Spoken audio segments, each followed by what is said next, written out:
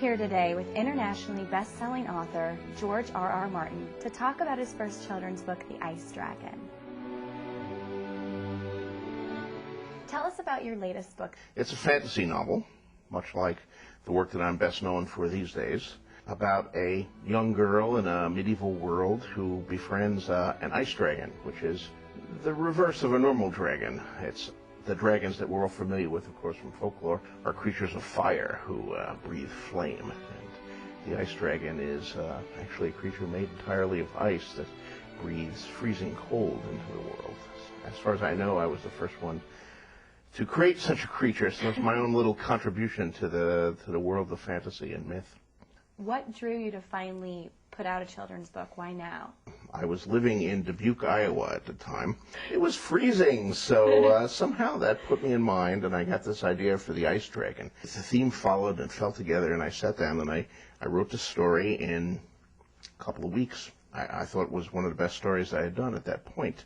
Paris, my lady, always said to me, you know, that story of yours would make a wonderful children's book. I looked at it and said, you know, you're right. I seem to have accidentally written a children's book without even knowing about it. So it evolved as a children's book, some 20 years after it was first published as an obscure little short story.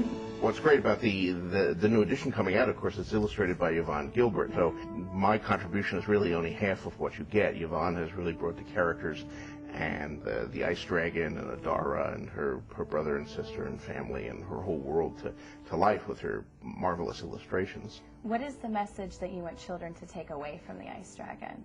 You know, symbolically, we've always used ice to represent coldness and distance emotionally in human beings. It's a very negative thing, where we say someone is a cold person. That's not a good thing. And I wanted to reverse that a little, but not entirely. That's the Adara, who is the little girl who is the hero of this, is a reserved child. Her mother died in childbirth, and as a result, that death has come between her and her father. So there's this sort of strange emotional relationship. As much as he wants to love her, he is all too aware that because of her, his wife has died.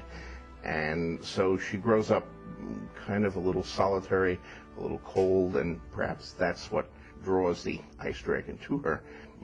But the message, to the extent that there is a message, is one about love and family.